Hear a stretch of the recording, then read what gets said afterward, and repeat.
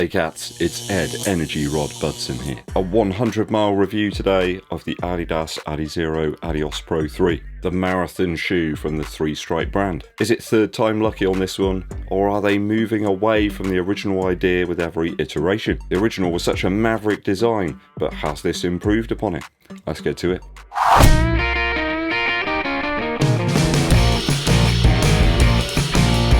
Thanks for tuning in today, people. It is always appreciated. I've hit that 100-mile or 160-kilometer milestone in this shoe. I have picked up this pair with my own Earth credits. It's not been sent to me or anything like that. Adidas certainly sell this one as being their marathon shoe, but does it hit all the high notes? Before we get to that 100-mile review, make sure you help the channel out by hitting that subscribe button. Click the bell also for notifications. It really helps us out if you give this video a thumbs up like, but also share the video with your running buddies. Dankeschön. My size 11 or US size 11.5 comes in at 256 grams, which is 9 ounces on the money. I've got well over 39 millimeters here in my size in the heel. They always scale these shoes. I think I measured it about 43 millimeters. Non-variable stack height conspiracists need not apply here. It's certainly above 40 millimeters. Not that it matters to us mere mortals anyway. I did manage to pick this one up on a slight discount from the 220 Earth credit price, but it's still right up there.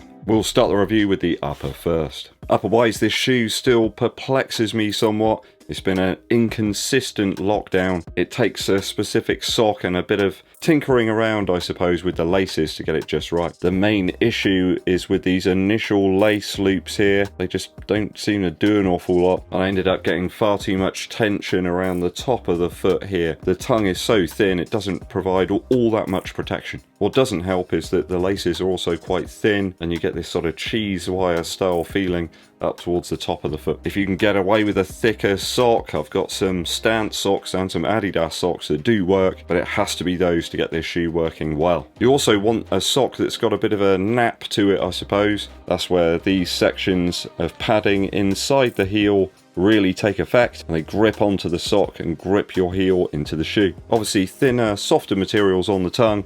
That does save a little bit of weight, but that comes at a price of comfort. The mesh material used here in the ADIOS Pro 3 is very, very breathable. Not really all that flexible though, and I guess the introduction of the suede and things here does make for an interesting choice. There's some significant discoloration to this shoe over time. Despite my best efforts to try and clean it, it hasn't really had all that much effect. There's some good structure though, I suppose, from those suede elements here. You just have to dial it in. It does take time. I think if you're going to use it for your marathon, that might be a bit of a worry. It's certainly a more accommodating upper than the ADIOS Pro 2, which came before it. That was quite glove-like. More roomy and more comfortable for extended periods of running. Just not keen on these lace loops here, and when they break, that's it. You ain't going to be able to use the shoe after that. Just makes the forefoot section of the shoe seem a little odd, and they don't really seem to serve much purpose at all. I haven't had any rubbing or soreness from the upper, but you want a good lockdown, especially when you've got very rigid elements within the midsole. You want to get the best out of the shoe in terms of performance, and you can't do that if you can't ratchet your foot down on top of that midsole bed. Not the superb lockdown that we had in the Prime X or something like the Asics Metaspeed Sky Plus. I reduced my upper score a little bit due to that. Still comfortable, but on occasion. I'll give it a 2.6 out of 3 for the upper after 100 miles. Midsole now. The Lightstrike Pro material, once again after 100 miles, just feels better and better the more you use it. Just begins to flex a little bit more. It's almost like you've tenderized it, I suppose. Maybe you've seasoned it a little bit. The foam seems to free up a little bit. There's more bounce to it, more compressive perhaps. Just feels like it's got a little bit more return the more and more you use it. So perhaps if you put it on straight out the box and you're a little unimpressed, give it some time. Though I have to say, I don't find the ride as engaging and exciting and aggressive as the ADIOS Pro 2. That shoe's got something else to me and feels quite a different shoe really in comparison to the 3. Perhaps it's the lack of plate placement now underneath the heel in the ADIOS Pro 3. Perhaps it's the larger filled-in block of foam underneath the mid to forefoot in the ADIOS Pro 2. Either way, the 3 doesn't feel like the 2 really to me in any way. I really like using the ADIOS Pro 2 on shorter distance racing.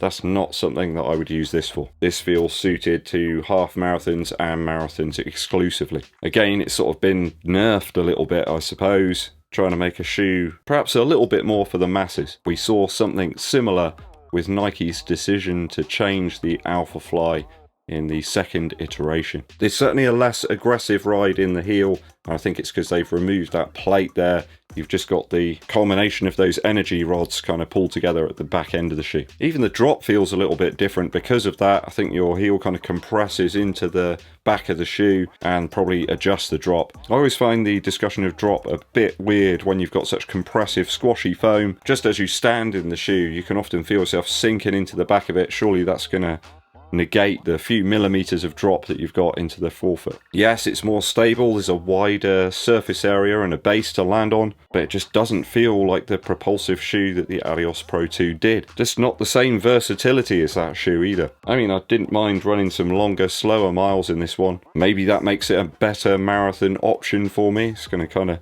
slow me down a little bit, which is probably what I want to do, considering I've been running lots of shorter distance races over the last few years. I need to learn the marathon. Maybe the changes here give us a little bit more of a differentiation between the Sen 8 and 9, so perhaps sort of 10k half marathon use, and this shoe. Either way, I feel that this one's a little bit off of the other two contenders for me, which are the Endorphin Pro 3 and Nike's Vaporfly Next% 2. They still have the super shoe superiority. I'm going to give it a 2.6 out of 3 for the midsole after 100 miles. Outsole now. Outsole-wise, the Pro 3 features similar tech to its predecessor with continental rubber in all the right places. But you've also got this plasticky section underneath one of the rubber strips here on the medial side. I think that's there to reinforce durability. Some people have seen the rubber peeling away on that area of the shoe. They have cemented it down there with some different glue. You can actually see it here, it's a slightly different colour, and that does seem to have solved the problem there in the heel. Just a simple component there, it hasn't added much weight and it's solved a problem. Barely any wear on the outsole here whatsoever. We still have continental rubber and the grip just improves more and more as you use it. Works fantastically well on roads and pavement, though of course avoid gravel and grass. It's just not designed for that in any way. If you've got terrain that is very flexible underfoot, stay away. Certainly impressed by the durability here in the rubber, but also with the exposed midsole foam. There's not an awful lot of damage there whatsoever. A quick wipe down and a little bit of attention here with the light bristle brush, and you keep the shoe looking pretty good. Much more durable than Zoom X, it has to be said. Lightstrike Pro certainly has a bit of an edge in that aspect over the Nike foam. Just goes to show you can't have super compressive squash without that fragility. Especially good this one too in wet conditions. Probably about the best bit of the shoe, I think. I'm happy to award the outsole a 2.8 out of 3 after 100 miles. Only reduced a bit by the lack of grip on some perhaps muddy, slippery surfaces, but that's pretty much any shoe really. Value now. So value wise, on my initial review I gave this a 2.7 out of 3. I still feel it's round about that figure, I suppose. Certainly a quality item. There's nothing hanging off, there's no frayed ends, glue marks. It does feel like you've got a really nice item in hand when you take it out of the box, and few midsoles actually get better the more and more you use them. Most of the time they just degrade once you get them on foot. At marathon pace, it's certainly smooth, it's stable, and I would suggest that the increase in foam here underfoot does make this shoe a little bit more tuned in for that marathon distance. Other super shoes like the Vaporfly Next% 2 are perhaps a little bit more versatile and you could use them across any distance. And certainly with those discounts that we have on that shoe at the moment, it makes it a bit of a no-brainer. Yeah, £220 at retail is no joke. These are already reduced though to around about 150 over here in the UK. Maybe that says a lot. I mean, if you want a brand new colourway, you've still got to pay the normal retail price, but you can pick these up at a hard discount now. It's hard not to compare the super shoes together of 2022, and I find the Adidas option in this instance a bit more niche. It's worked well enough for me, it's been enjoyable, can't say it's been uncomfortable in any way. I just feel that a couple of the others work a little bit better for me. I've got a normal to sort of narrow width foot, I suppose, and the design just isn't really that tailored in the upper for my foot, and I think anyone that's needing medial support there around the arch, you're probably going to want to look elsewhere. Where they've removed the foam there, it does lack some of that stability. I think if you're going to price your shoe round the Vaporfly or the Endorphin Pro, it's got to live up to the hype, and I think this one's a little bit of a step backwards from the ADIOS Pro 2. Certainly when you look at value and usability, you're just going to probably end up using this a little bit less. As such, with the limited versatility of this one, I'm going to give it a 2.5 out of 3 for value at the 100-mile mark. A good shoe, but it's certainly not the absolute best of the best when it comes to value. Final scores on the screen right now.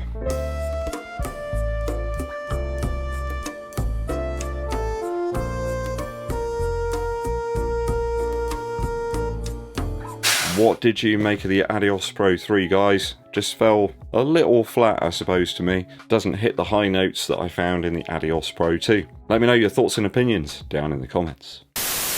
Musical interlude time. One of my favourite albums ever has got to be XO by Elliott Smith.